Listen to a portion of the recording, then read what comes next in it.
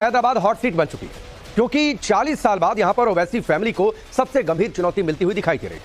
अब की बार बीजेपी ने हिंदूवादी फेस माधवी लता को उतारकर मुकाबले को दिलचस्प बना दिया। भाईजान को लगने लगा है कि कहीं हैदराबाद में मजलिस की पतंग कट न जाए। क्या है ओवैसी की अपने ही गढ़ में परेशानी बढ़ाने वाले बड़े फैक्टर, पूरा विश्लेषण इस एक्सक्लूसिव स्टोरी में देखिए।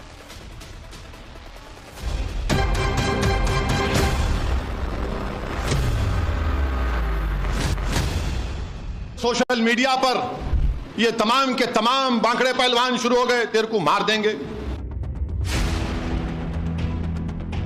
सोशल मीडिया के बेसिस पे बोल रहे हो ना, धमकी वाली बात, ये तो मेरे उम्मीद से तो बहुत नीचे गिर गया असदुद्दीन जी। और मैं इन शैतानी ताकतों से कह रहा हूं जो बोले मार देंगे, एक बात याद रखो, मैं कोई मुर्गी का बच्चा नहीं हूं।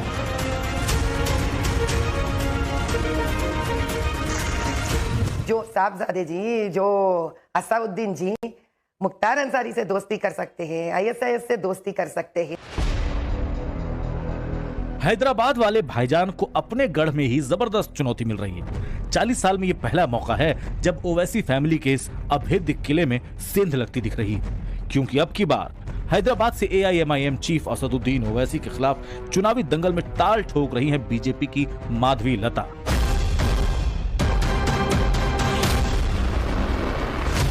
कौन है माधवी लता और इनकी एंट्री से हैदराबाद में किस तरह ओवैसी का पूरा गेम प्लान बिगड़ गया है, बताएंगे आगे। पहले आप ओवैसी साहब का वो बयान सुन लीजिए जिससे ये जाहिर हो रहा है कि अब की बार हैदराबाद में फाइट बेहद टाइट है।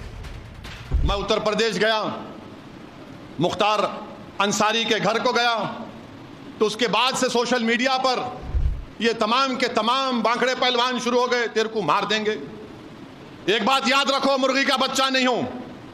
बात के हालात तुम जानो, फिर मैं इतना आसानी से जाने वाला नहीं हूं, पीठ नहीं दिखाऊंगा इंशाअल्लाह ताला। तुम क्या, तुम्हारे बाप भी आ जाएंगे तो सामने ठहरूंगा मैं इंशाअल्लाह ताला। असदुद्दीन ओवैसी के बयान पर माधवी लता ने जोरदार पलटवार किया है। पूछ रही हैं, जिनकी दोस्ती मुख्तार से हो, आईएसआईएस से हो, उन्हें आखिर कौन धमकी दे सकता है। आपने कहा कि अब मैं आ गई हूं तो ओवैसी साहब को दिक्कत हो जाएगी। क्या दिक्कत हो जाएगी ओवैसी साहब को? वो तो कह रहे हैं उनकी लाइफ को थ्रेट है। वो लाइफ थ्रेटन कहां से लेके आ रही इंफॉर्मेशन? सोशल मीडिया से। मेरा सोशल मीडिया तो भरा पड़ा हुआ है ऐसे थ्रेट से, भरा पड़ा हुआ है नाविका जी।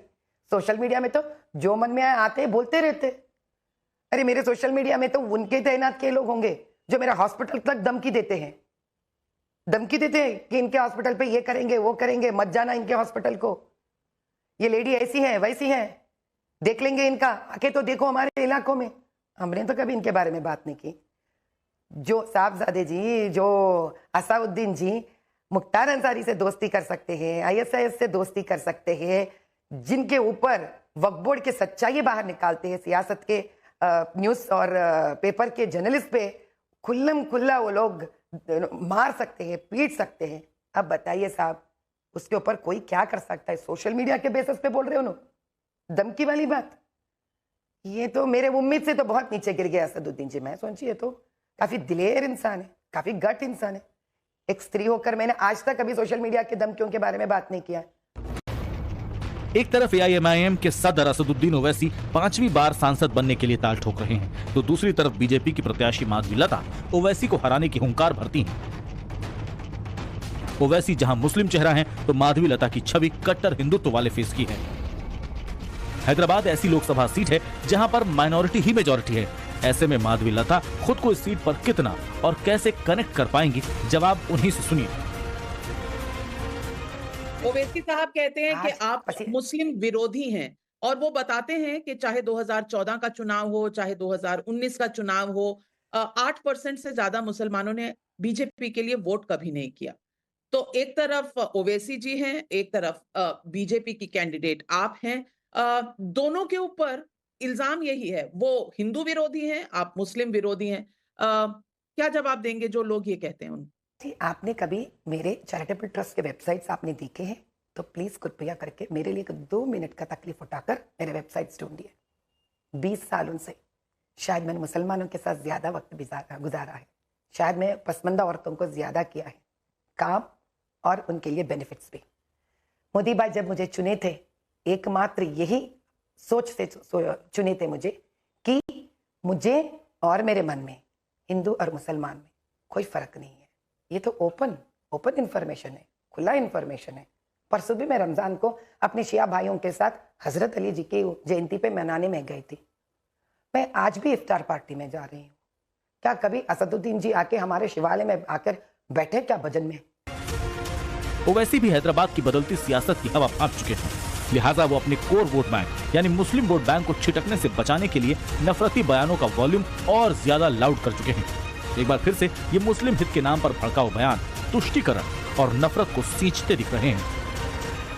ये हैदराबाद की सीट ये सिर्फ मजलिस की नहीं है, ये भारत के गरीब और मजलूमों की एक आवाज है। ये हैदराबाद की सीट सिर्फ मजलिस की नहीं है, ये उन गरीबों और मजलूमों की एक पहचान है।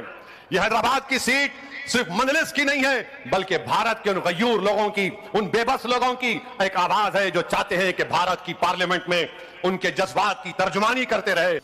ओवैसी मुसलमानों को बीजेपी का डर दिखाते हैं, लेकिन हैदराबाद में एआईएमआईएम के मुकाबले बीजेपी कहां पर खड़ी है? 24 के चुनाव में माधवीलता ओवैसी को कितनी करीबी टक्कर दे सकती है, ये भी जान लेते हैं। हैदराबाद लोकसभा क्षेत्र में कुल 7 विधानसभा सीटें आती हैं। फिलहाल एआईएमआईएम और बीजेपी में किसका पलड़ा भारी नजर आता है, ये जानने के लिए 2023 के विधानसभा चुनाव में 7 विधानसभा सीटों पर एआईएमआईएम और बीजेपी के वोट शेयर को देख लेते हैं। कारवां विधानसभा सीट पर 47% वोट पाकर एआईएमआईएम कैंडिडेट जीता, जबकि 23.5% वोट शेयर के साथ बीजेपी प्रत्याशी दूसरे नंबर पर रहा। वहीं चारमीनार विधानसभा सीट का नतीजा एआईएमआईएम के पक्ष में रहा। यहां एआईएमआईएम प्रत्याशी 50% वोट पाकर जीता, जबकि दूसरे नंबर पर रहे बीजेपी उम्मीदवार को 26.5% से कुछ ज्यादा वोट मिले। चंद्रायन गुट्टा विधानसभा सीट से जूनियर ओवैसी 65% वोट शेयर पाकर चुनाव जीते। यहां बीजेपी 10.67% वोट शेयर के साथ तीसरे नंबर पर रही।